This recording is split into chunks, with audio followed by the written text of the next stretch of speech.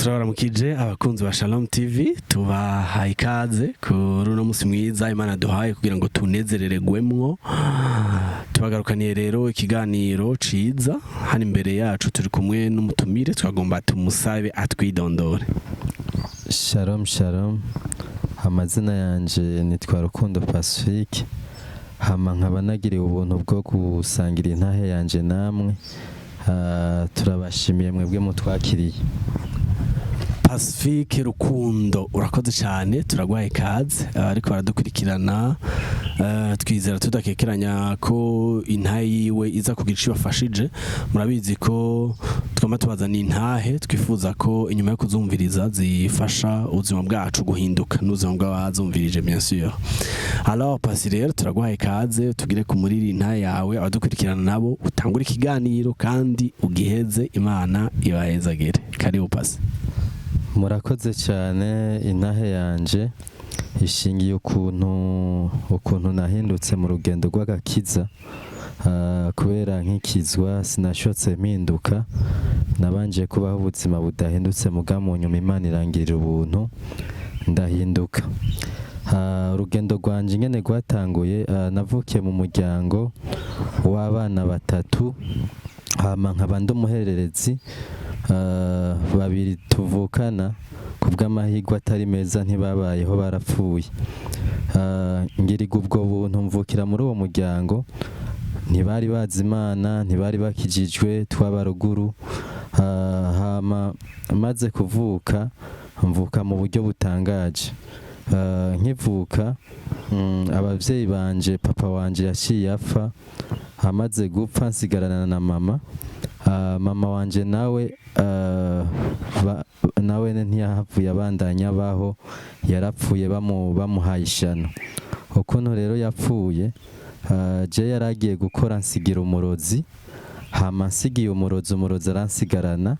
Mama avuye gukora aca aragaruka kuntora, antoye umurozi amuha uburozi ku kigori.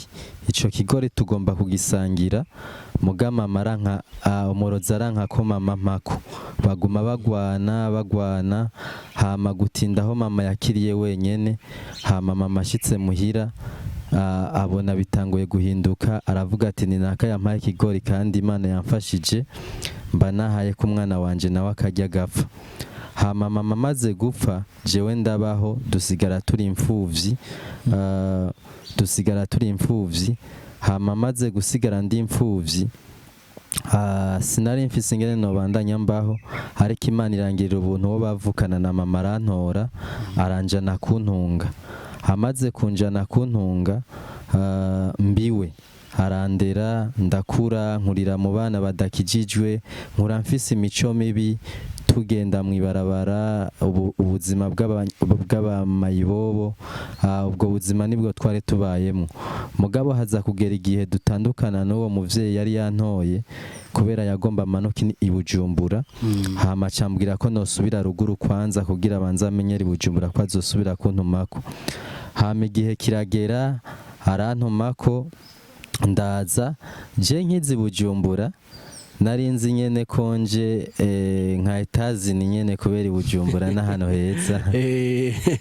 N'ahantu heza, murabizi. Hama ndamanuka, ndibuka nshitse hajya haruguru mu misozi, ndiko ndamanuka mbonye Bujumbura, nararyohewe cyane, ndanezerwa, ndaryoherwa. Rero sinarinzi ko Bujumbura ariho nje kuronkera agakiza. Vyari mu mugambi w'Imana. Hama nshitse ngiriga ubuntu, umunsi umwe bagiye gusenga barambwira ati none Pasi ntiwoza tukajana gusenga? Je ndababwira nta kibazo. Basengera muri Vivante yo mwijabe. Hama turajana.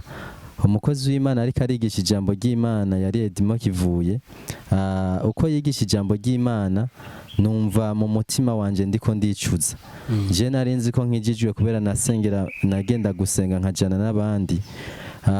Hama hamagaye abakizwa, nisanze imbere ndiko ndarira. Hama aramfasha kwatura, ndatura ry'amajambo batura nk'uko mubizi. Hama mpejeje kwatura, ndataha ndyohewe nezerewe, ariko kubera nagumanye n'abagenzi badakijijwe sinashotse mpinduka, nabandanyije ubuzima bw'ivyaha, mba mu buzima bw'ivyaha ndabikora. Tubana n'abahungu banywa inzoga, abahungu baja mu busambanyi. Nivyo je sinaja mu busambanyi kuko naratinya abakobwa cane, mugabo barya abahungu ko twabana nanje narahinduka mu mutima. Ivyo ntagomba gukora ku mugaragaro nkasanga ndiko ndabikorera mu mutima ninyegeje. Hama mba muri ubwo buzima, mu guko ndabikoze ya mbuto nari nakiriye y'agakiza nkumva ndicuza, muga ntabona ingene nshobora kubisohokamo. Mbandanya mba muri ubwo buzima gutindaho. Muri iyo periode hari ibintu nakora nkaronka amahera menshi. Ayo mahera ndayarose sindonka ico ndayakoza. Hama ico nayakoza barya batipe babonye ndabasororera tugendana mfise amahera menshi, barambwira ati none pasi uragenda basi ku bapfumu baguha imiti ukoreshe ku bakobwa. Izo nama zabo ziramfata, ndagenda ku bapfumu. Somwe nagiye ku bapfumu batandukanye bakampa imiti nkayikoresha ku bakobwa. Iciyumviro canje canke icifuzo canje mu kuja mu bapfumu kwari uko abakobwa bankunda, hama nkaryoherwa nyene kubera nkunzwe n'abakobwa n'ubwo buzima nari mbayeho. Hama muga nkabubamwe nicuza, niyumvira ingene nova muri ubwo buzima, niyumvira ingene nohinduka, ariko guhinduka vyari bigoye mu nkomezi zanje kuko navyo nashobora. Hama ndagirirwa ubuntu, tuvuye aho twaba twimukiye mu Kanyosha. Inyuma y'igihe gito kwishengero nsengeramwo haza umukozi w'Imana, niwe turi kumwe n'ubu sengera muri Restoration Church. Hama uwo mukozi w'Imana rero niwe yagiye kutwigisha ibintu vya deliverance, turabitahura vyo kwitandukanya. Hama aramfasha tuyaze, aramfasha deliverance, arayinkorera. Amaze kunkorera deliverance niho guhinduka vyanje vyaziye. Bankoreye deliverance ndahinduka, ivyari bimboshe birandekura. Ntangura kuvana na babagenzi nja kure yabo, ntangura kurondera Imana. Ubuzima bwanje nsenga kugira buhinduke, ndagirirwa amahigo, ubuzima bwanje burahinduka. Ubuzima bumaze guhinduka numva ndanezerewe, ntanguye kubaho bwa buzima bw'agakiza buryoshe bunezereye. Rero urugendo rwanje rwo gukizwa no guhinduka nuko rwagenze. Numva mu majambo make novuga uko kuva rero nkijijwe naho navanze Imana no gushika ubu buzima bwanje bwahindutse. Ubu rero niho nishimira ubuzima bwanje mbayeho, ubuzima bwa Kristo, ubuzima bugaragaza Kristo, ubuzima bw'ivyamwe. Rero murakoze, Imana ibahezagire cyane. Urakoze pastor, urakoze muri urwo rugendo udusangije.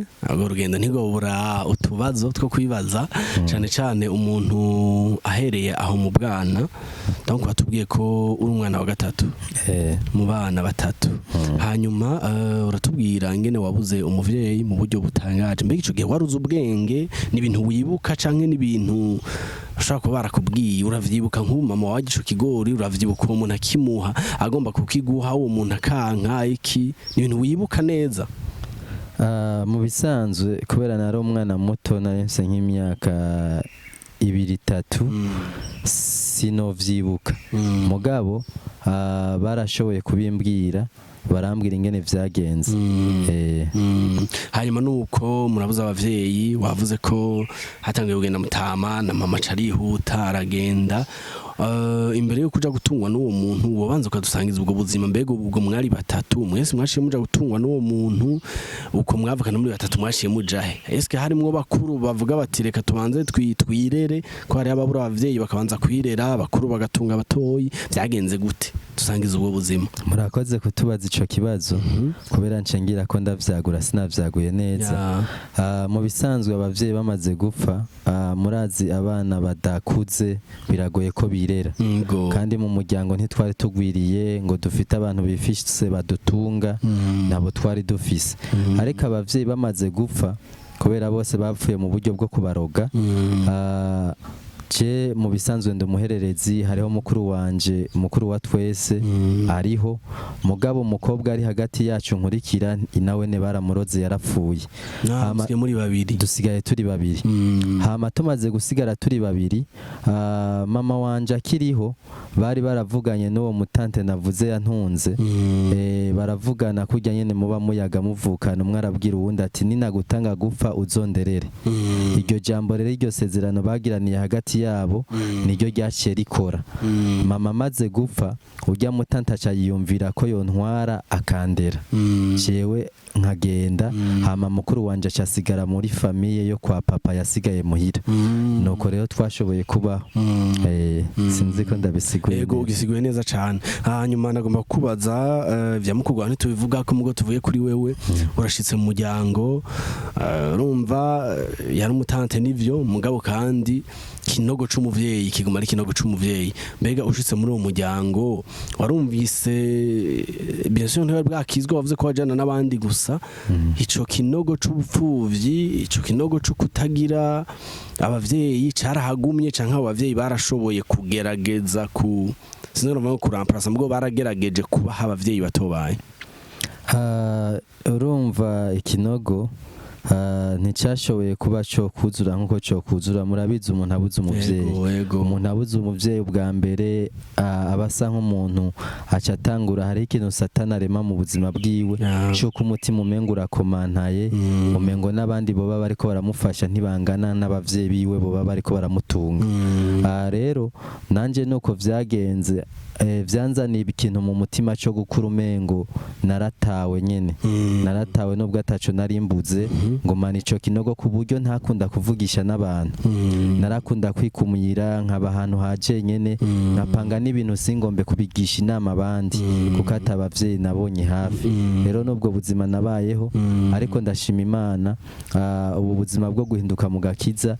Imana imaze kumpindura niho nagiye ndasubira ndasanwa mu mutima ubu ndashima Imana bimeze neza nivyo bajya abavyeyi sino bagaya barakoze ikintu gikomeye kuko kubangeza aha ndi ikindi barabifisemo uruhara rukomeye n'Imana nubwo ariyo yabikoze Imana ibahezagire urakoze cyane pasi nawe guhezagire uvuze ikintu ciza uti mu vy'ukuri umuvyeyi ugutunze naho yogerageza ibishoboka vyose hari kinogo nyene c'umuvyeyi guma wumva umengo kirabuze na cyane ko hari n'amajwi satana azana ko akumvisha umuntu ko ari imfuvyi nyene mugabo wavuze ingaruka vyakugize ko nyene wumva umengo ntumeze nk'abandi waratawe ukikumira atagukumiriye abatari bake iyo babaye imfuvyi kare canke iyo babuze abavyeyi batakaje abavyeyi kare barakurana ico kintu ariko kandi batubwiye ko ubu bimeze neza ndagomba nje kuri urwo rugendo rwa kabiri rw'ingene wahuye n'Imana vy'ukuri hari igihe abantu bahura n'Imana muri bwa buntu bwayo kuko akiza n'ubuntu ntawe wiruka ngo agira karondere muri bwa buntu bwayo Imana igasanga ahantu umuntu ari aremerewe vy'ukuri aremerewe mu mutima akeneye Imana yishwe n'ivyaha ko kurabivuga n'ikindi gihe umuntu abaraho nta vyaha arimwo nta makosa arimwo mugabo kandi bien sûr nta gakiza afise kuko turabizi ko iyo tuvuze agakiza ntituba tuvuze ivyaha umuntu ashobora kuba ari intungane atonze afise indero y'ikirundi nziza mugabo vy'ukora atamana afise turabizi wewe Yesu yagusanze ahantu uremerewe n'ivyaha umerewe nawe uvuga uti nukuri nari nkeneye umwami canke yagusanze ahantu wibereye mu ngeso nziza utekanye mugabo kandi ukeneye Imana kuko udafise Yesu n'umunyavyaha murakoze kumbaza ico kibazo wabisiguye neza uri kurambaza burya agakiza n'ubuntu kandi ubuntu bwagenewe abantu bose mugabo utabashikira kigihe kimwe rero jewe ubuzima narindimwo sinovuga ngo narinda ahantu merewe neza nguwe neza nari mu buzima bw'ivyaha bumbabaje mugabo ntashoboye kumenya ingene no busohokamo niyo mpamvu umukozi w'Imana ariko aravuga ijambo ry'Imana nubwo nasenga kubera narasenga ruguru mu bakizwe ariko numva umubabaro uko yasigura nabona ndi umunyavyaha rero ngiriga ubuntu cari igihe canje mwemu yararancanira nisanga nagiye ndakizwa mugabo ndabisiguye sinakijijwe mu mutima ndamahoro nari meze nabi ivyaha vy'indani vyari vyaranyishiye muri jewe Imana ibahezagire urakoze cyane guhezagire nibaza ko bariko baradukurikirana ngira dusuye kwibutswa ko bagenzi ugukurikira abandi kuja mu isengero gutonda amashengero ya poroti ivyo ntibiguhindura umukizwa vy'ukuri gushika igihe Imana izo kugirira ubuntu ugahwana nayo ukubaka isezerano nayo riri personnel canke riri ku giti cawe kandi Imana yarakoze. Ngaho rero urahuye na Yesu abitubwiye, urakijijwe, ubuzima burafasha umurongo. Nagomba udusangiza urwo rugendo rwo gukura. Mbega ubwo nyene ca gikomere wakurana cyo kutagira abavyeyi nubwo wari ufise abakurera, ca gikomere cyo kumva umenga waratawe, ca gikomere cyo kumva umengo nta gaciro ufise ko kwikumira, cafuditse ubwo nyene canke gwabaye urugendo cyo twokwita processus. Vyagenze gute? Murakoze kumbaza ico kibazo ciza cyane gishobora gufasha n'abandi. Mu bisanzwe ikintu uba warakiriye mu myaka ishika nka 10 canke mu myaka ishika nk'itanu biragoye ko kikuvamwo mu kanya gatoya. N'urundi rugendo, urugendo rungana no gukomereka. Burya nigo rugendo Imana itakugiriye ubuntu ruzongana no kugira ngo ukire hantu. Ariko ndashima Imana, ikintu cyose kiba mu mugambi w'Imana, kandi ikintu cyose Imana igucishamwo ibifise intumbero kugira ngo bizofasha abandi canke vyigisha abandi bariko baraca muri ivyo bintu. Rero ntivyashotse bica bihera ubwo nyene, rwabaye urugendo rwo kwiyegereza abantu bakijijwe, tukaza turayaga nkababona nk'abavukanyi, ko kuza ndiyegereza abamama nkababona nk'abamama. Muri ubwo rero bivanye n'amajambo muza murayaga, urasubira ugasanwa mu mutima, hamukumva ko ufise uwundi muryango. Naho nyene rero vyavuye, mugabo ntivyafashe igihe gito, vyafashe igihe kirekire. Mu nyuma rero nja gutahura vya bindi vyose ndaciyemwo vyari mu mugambi w'Imana, bivanye naho Imana ishaka kunshikana. Nuko rero vyagenze. Imana ibahezagire. Urakoze cyane. Ariko badukurikirana bashobora kuba kuca muri bihe nk'ibi vya pasi, kumbure ntugikizwa, wari wibaza ko ibintu ubwo nyene brusquement bigira bihinduke ubuzima, mugabo urumva birashobora gufata urugendo. Ningene ubana na bene data, ningene ubana n'Imana, ningene ukura, hanyuma ningene utahura ijambo ry'Imana, bigenda biratuma umuntu abohoka muri gwa rugendo gose. Pasi uriko uratubwira intahe yawe, harantu ugeze kutubwira ko ukumva wigunze, ukumva waratawe, vyigeze kurema timidite muri wewe, gutinda wumva utinya abakobwa.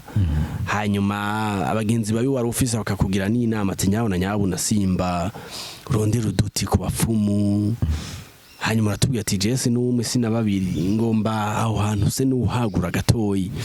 Mbega ko tuzi ibintu by'abapfumu mengo ni ibintu biba bitinyitse canke bigoye, hari uwaguherekeje wagize courage gute yo guhaguruka ukaja kurondera umupfumu ubwivye nkeneye umuti wo kugira nkundwe n'abakobwa?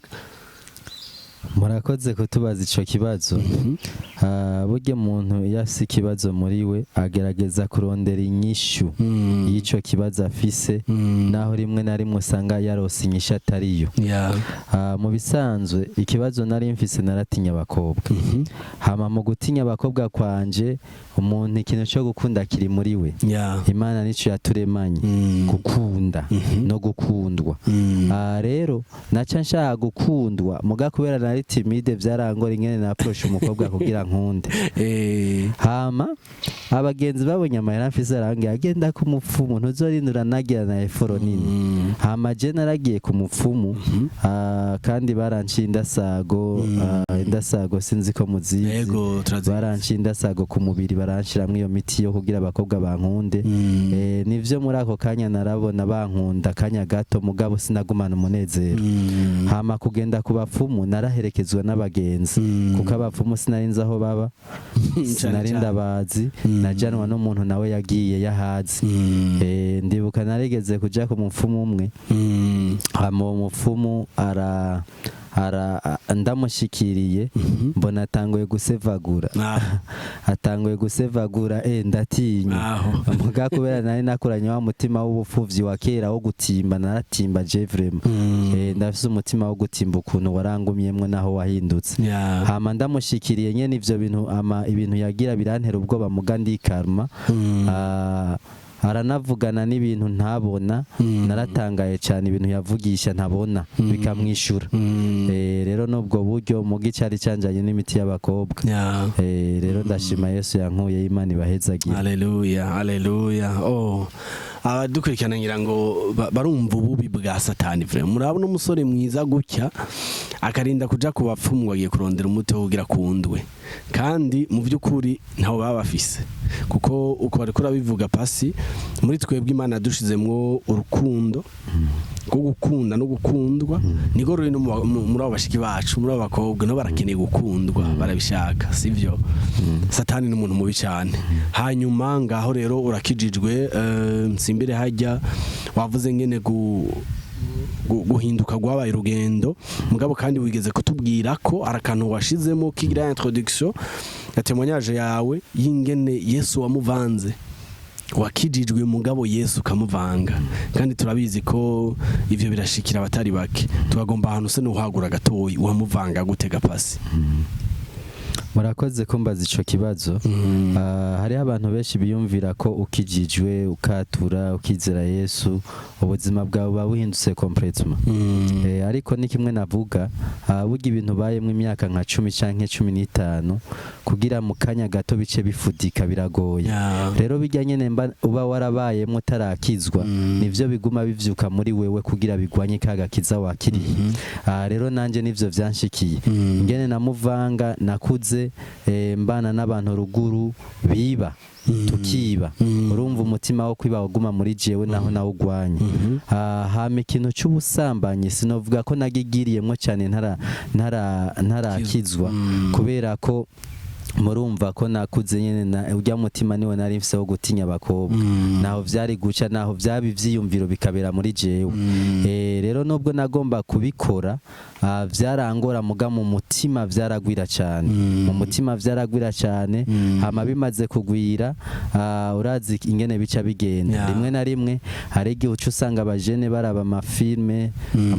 y'ibiterasoni hama umaze kuraba amafilme direct mu mubiri urerekana resultat z'ivyo hejeje kuraba ukaje usanga bivuyemwe n'ibintu vyo kwisambanya hama ugasanga urisambanije kugira ngo ukemure ca kibazo udakemuye mu bundi buryo bwakunaniye rero nubwo buzima nabayeho nubwo rimwe na rimwe inyuma babona je ko ndumwana mwiza mu mutima nari meze nabi kuko vyose bihera mu mutima hama bihereye mu mutima bikavuka inyuma je rero vyabera mu mutima vyinshi bigahera mu mutima niyo mpamvu nicuza mvuga ko Yesu namuvanga kandi narakijijwe Imana ibahezagire urakoze cyane guhezagire ariko baradukurikirana nibaza ko amajambo nkayo vy'ukuri atera intege kandi ariko arafasha kubera ko hari igihe umuntu akizwa ukuguru kumwe kukaba hariya ukundi kukaba hariya kandi si ikintu ciza vy'ukuri Imana irifuza ko iyo umuntu ahindutse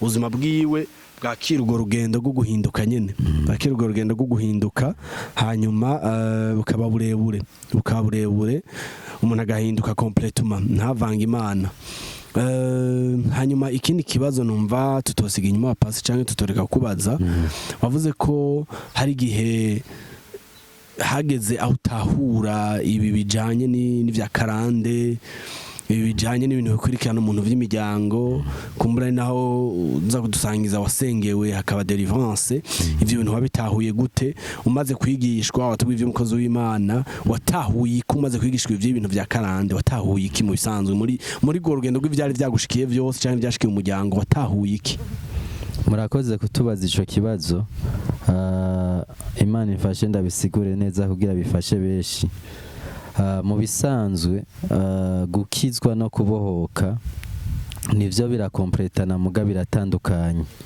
hariho abantu benshi usanga dukizwa muga dutatahura ibi bintu vyo kubohoka ku migozi iyo mu miryango nibiba bituboshe rero nanje nibwo buzima narimwo ngira niyo mpamvu vyangoye no guhinduka kubera naragomba guhinduka cyambo cya Paulo ngo nshaka gukora iciza ngo nkasanga nakoze ikibi nawe ntiyashaka gukora ikibi mugabo ni ikintu cyari muri we cyamutuma akora kijya kintu atazi iyo gikomoka rero nanje nubwo buzima mugabo Imana imaze kuntumbereza kuri uwo mukozi w'Imana yarabidusiguriye turabitahura dufatiye kuri Bibiliya akarorero Lazaro.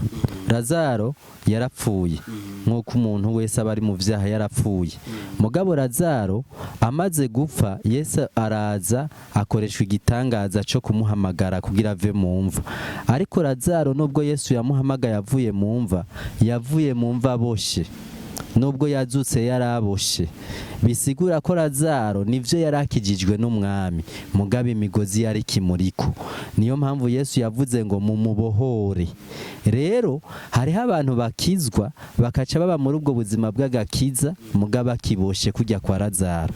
Rero nubwo buzima nico natahuye hamaramfasha, arangirira deliverance, arantandukanya n'ivyo mu muryango vyankurikirana.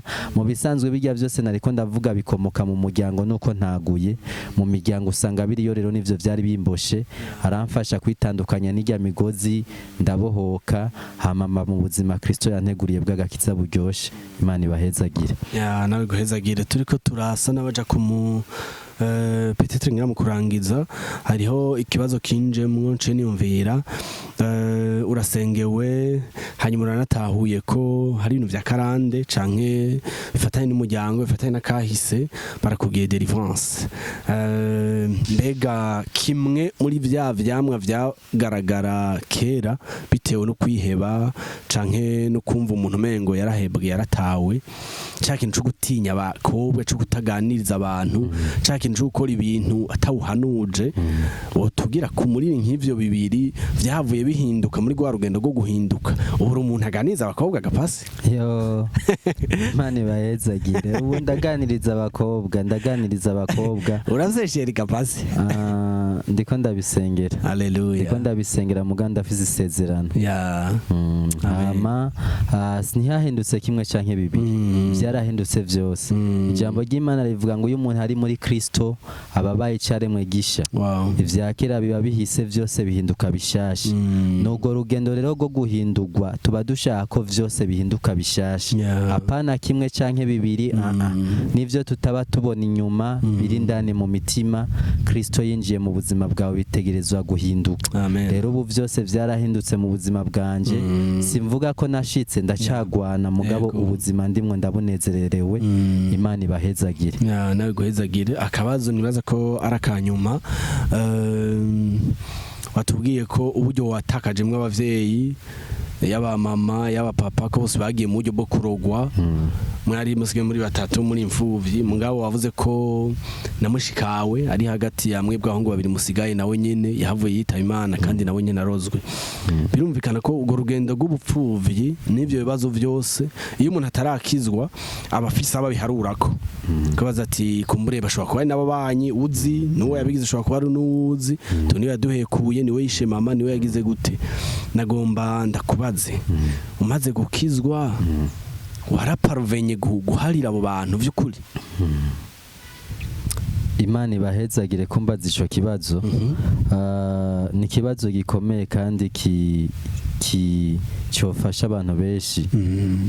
Mu bisanzwe Satani n'umugome. Satani azana ikibi mu bantu kugira ngo aducanishemo. Rero iyo umaze gukizwa ikintu cyose gishitse cyo bakibi, uratahura ko kitavuye kuri uwo muntu agigukoreye, ahubwo ari Satani yakoreye muri we. Rero abantu babikoze ndabazi. Hamaze kubamenya, murumva ko nababwiye ko nari nkiri muto. Ubu noneho narakuze aho ngeze, Imana ingejeje, ndashima Imana. Maze kuba ndabazi rero vyarangoye nkikizwa, sinari numva ko noba mfise umutima wo guharira umuntu yakize ivyo. Ariko maze guhinduka nkatahura ukuri, narumvise ko mfise uyo mutima. Mugabo nja gutahura uwo muntu yabisha atakihari, nawe yarapfuye. Mugabo namye niyumvira, narigeze gusoma inkuru ya Mandela. Mandela bavuga ngo baramubeshye baramufunga. Bamaze kumufunga afungwa imyaka irenga 27 arenganywa. Hama Mandela avuye mu gasho, babandi bamubeshyira bari bazi bose ko agira basubirize mu nkoko. Muga Mandela arahagarara ababwira ngo aravuga ati umuntu wese yankoreye ikibi ahari ndamubabariye. Bamwe bararize, abandi bibaviramwo gukizwa, abandi bamwe bari baranahunze baragaruka bararengegwa. Ingene wokorera ikintu umuntu akakwishura ineza wamukoreye ikibi, ariko n'icimana itugombako, n'icimana itugombako. Rero nanje nari naravuze ati yaba urya muntu akihari nari kugerageza mpwe muhira mu bwenge bw'ingene no bigira, no kuri nkagenda nkamuha imbabazi akazakira. Nivyo naramubabariye. Ubu je sinkibifata ko ari ibintu bimbabaza, no kuri mu mutima naramubabariye, kandi niyaba akihari nari kugenda, nari kumenya uburyo mpwe muhira ndongoramwo nkabikora, nari kumuha imbabazi zuzuye. Rero Imana ibaheza, ndanezererewe Imana ibahezagire. Wala nawe guhezagire Pasi. Ikintu cyo guharira igituma ndakikubajije ni ikintu kitoroshe vy'ukuri. Abantu benshi Imana irabafasha muri urwo rugendo rwo gukira ibikomere, ariko kandi umuntu yamarondera ababishizemo uruhara, yamarondera babimuteye, kandi guharira vy'ukuri iyo atari ikintu kivuye ku musaraba kiragoye mu nguvu z'umuntu, kiragoye muri planification z'umuntu, yatari ikintu kivuye ku musaraba vy'ukuri. Pasi turagushimiye cyane kubwiyo ntahe yawe, ariko twagomba kubaza imbere yo kurangiza, hari ikibazo wumva twari kubaza tutakubajije? Ikibazo numva mwari kumbaza, ikibazo numva mwumbaza cyofasha abantu, kubera abantu tuba mu kutamenya kuko tutaba turahura Yesu. Ikibazo ni iki mwari kumbaza, iyo ugiriga ubuntu bwo kumenya ukuri utaraca muri ivyo bintu, vyari kukubera inyungu kurusha ubu. Murakoze. Okay. Pasi ati ikibazo mwari kumbaza muti mbega iyo ugiriga ubuntu bwo kumenya Imana utaraca muri ivyo bintu, vyari kukubera inyungu kurusha uno munsi kitwishura? Murakoze cyane. Mu bisanzwe nuko nyene Imana iba yarateguye ingene umuntu yoca muri ivyo bintu. Mugabe iyo bishika nkagirirwa ayo mahigwe, hari ibintu vyinshi nahomvye ntari guhomba. Rero nivyo hariho inyungu, mugabo hariho n'ubuhombe nagize. Rero iyo ndangirirwa ubuntu nkamenya ukuri ntaraca muri bijya bintu sinari kubihomba. Imana ibahezagire. Urakoze cyane. Pasi mu kurangiza ni iki wize ku Mana ufatiye kuri urwo rugendo rwawe rwose, urugendo rw'ubupfuvyi, urugendo rwo kubura abavyeyi hakiri kare, urugendo rwo kuregwa mu muryango wundi, urugendo rwo guhura n'Imana mugabo mugahura wivangavanga na biriya, hanyuma mu nyuma Imana ubuzima bwawe kabuhindura mu buryo burashe faditse, avuga uti sindashika mugabo ndabandanya kandi ndashima hondi. Niki wize ku Mana? Ikintu nize ku Mana, namwe gishobora kubafasha muri ko muradukurikirana, Imana no mwizigirwa. Ijambo ry'Imana rivuga ngo naho tutoba bizigirwa, we ahora ari umwizigirwa, kuko adashobora guhinduka. Hamwe n'ibibazo ducamwo, hamwe n'urugendo ducamwo, hamwe n'ibidushikira, hamwe n'abaja mu nzira rimwe na rimwe bakaba batwegereza Imana mu mibabaro, Imana no mwizigirwa. Nta kintu Imana ireka ngo kikubeko itagishatse, nta n'ikintu botegura ngo kigushikire Imana itakirekuye. Rero muri uru rugendo rwose gushikaho ngeze, nafashe ko Imana ari umwizigirwa. Hamwe no kunsezeranira n'amasezerano ndindiri, n'ubu ndarindiriye, Imana no mwizigirwa, kandi ndazi ko nzobishikako. Hamwe n'Imana vyose birashoboka. Imana ibahezagire. Iguhezagire nawe. Pasi n'umusari wo umuntu ariko kwigana kino biganiro, yabuze abavyeyi, ari mu bupfuvyi, kumbure nawe arezwe mu muryango, ubuzima butarafata umurongo, wo mubwiriye uyu muntu no mufasha cyane. Akwiye gushira Imana imbere. Imana ikaba umutabazi wiwe, Imana ikaba ubuhungiro, Imana ikaba vyose. Kubera ko imiryango si imwe, sinzi umuryango abaye ingene umeze, ariko Imana yaravuze ngo naho Dawidi niwe yabivuze ngo naho data na mama bonta, uhoraho azonyitorera.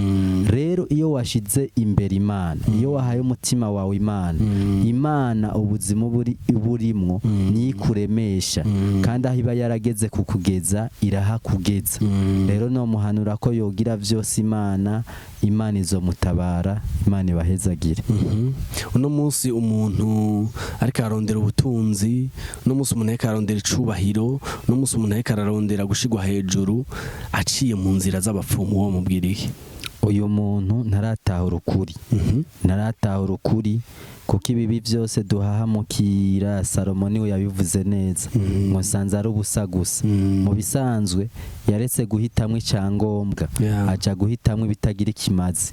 Rero ariko arazimira. Igituma ndiko ndavuga ko ariko arazimira, Yesu yaravuze ngo ntimugatinye abantu bica umubiri, ariko mutinye ushobora kwica umubiri n'ubugingo akabihoronereza muri Gehinomu. Mu bisanzwe Yesu yasiguye ko Imana ifise impfu zibiri. Imana irica umubiri igafata n'uwo mubiri yishika ubugingo ikacibushira no muri Gehinomu. Rero uwo niwe tukwiye gutinya. Ivyo dukora byose dutinya uwo. Rero umuntu ariko araja mu bapfumu nabireke. Ubutunzi ariko ararondera Yesu arabufise. Ivyo ariko ararondera vy'icubahiro Yesu arabifise. Kuko usomye Bibiliya ni benshi Imana yahaye ubutunzi, ni benshi Imana yahaye icubahiro. Akarorero nka Dawidi yari nyuma y'intama, bari baramuhevye, ariko Imana iramukura yimugira umwami wa Isirayeli. Bisigura ngo Imana irafise ingene yo kuri umuntu ku cavu ikamwicarikana n'abahambaye. Si Dawidi gusa, ba Morodekayi turabazi bari ku irembo, ariko bizigira Uhoraho babahagurukiye. Ariko wari yarabahagurukiye arapfa, Morodekayi akugwa ku irembo ahabwa icubahiro. Ni benshi twovuga ba Yosefu, sinovuga vyinshi. Rero ivyo turiko turarondera mu bapfumu, Imana yaremye abo bapfumu irabifise. Twizere Imana yonyene. Abantu ntitubizere. Imana ibahezagire.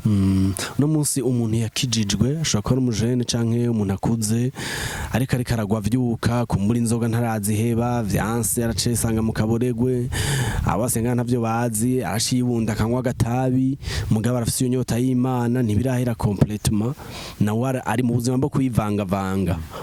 Ariruka mu bakobwa, mu busambanyi rimwe rimwe Bibiliya yita icaha cizingira ku muntu. Umuntu mubwira kuno munsi uwo muntu no mubwira ko akwiye kwihana akatura, kubera umuntu nivyo arihana, mugabo benshi barihana umurenzako. Kwihana umurenzako niki? Mu bisanzwe kwihana bisigura ngo ndahindukiye, ndahevye bijya bintu nariko ndakora. Rero guhindukira abantu baribesha, akihana umurenzako kuko si ukwihana kwa vrai, akaca abandanya akora vya bindi. Uwo muntu ntiyihanye vraiment. Umuntu yihanye aricuza, nasubira gukora vya bindi. Rero ico novuga, Imana irafise inkomezi. Rimwe na rimwe birava no kuntu tutizera Imana tuyikekeranye. Imana wayizeye neza irakumara inyota y'inzoga, irakumara inyota y'ubusambanyi, irakumara inyota y'itabi. Nikimenyamenya ndafise intahe, mfise umuntu nabwiye ubutumwa, vyari vyaramunaniye guheba inzoga. Hama maze kwatura akizera, asubiye gufata inzoga vyaranse kwa yinwa. Hama ubuzima bwiwe burahinduka. Ubu n'umukozi w'Imana akomeye cyane mu ishengero nsengeramo. Rero ico no babwira, Imana iramara inzoga, Imana iramara inyota y'itabi, Imana iramara inyota y'ubutunzi, ikaguha inyota y'ijambo ryayo na Kristo. Imana ibahezagire. Pasi Imana iguhezagire.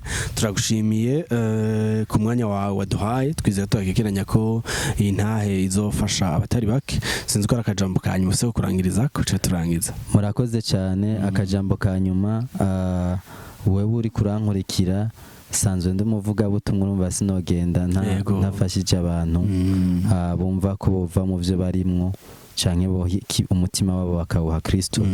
Wewe uri kuradukurikirana, wumva ubuzima bwawe buha Kristo, numva wo bumuha, kubera Yesu aratebaganye kugira ngo we ukizwe. Nicarindiriye kuko ijambo ry'Imana rivuga ngo Imana ntitebeje isezerano nkuko benshi bavyiyumvira, irindiriye ko abantu bose bakizwa canke bamenye umukiza.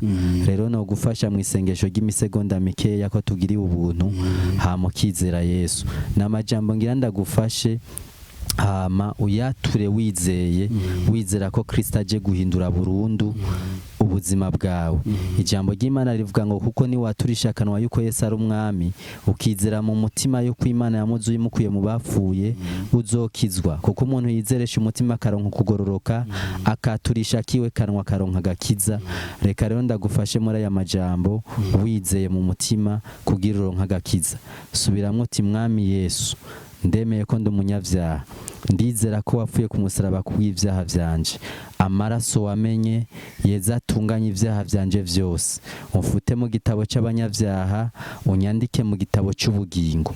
Yesu ndakwakiriye, umbere umwami n'umukiza w'ubugingo bwanje, uhereye uwo munsi gushika ibihe bidashira. Amen. Imana ibahezagire cyane. Amen. Nawe Imana ibahezagire Pasi. Ariko baradukurikirana, Imana ibahezagire. Twizera tudakikiranya ko intahe ya Pasi izohindura ubuzima bwawe, wewe wayiravye uyisangiza abandi. Kuri mikro mwari kumwe na Olivier Irakoze nkuko bisanzwe. Shalom shalom. Imana ibahezagire.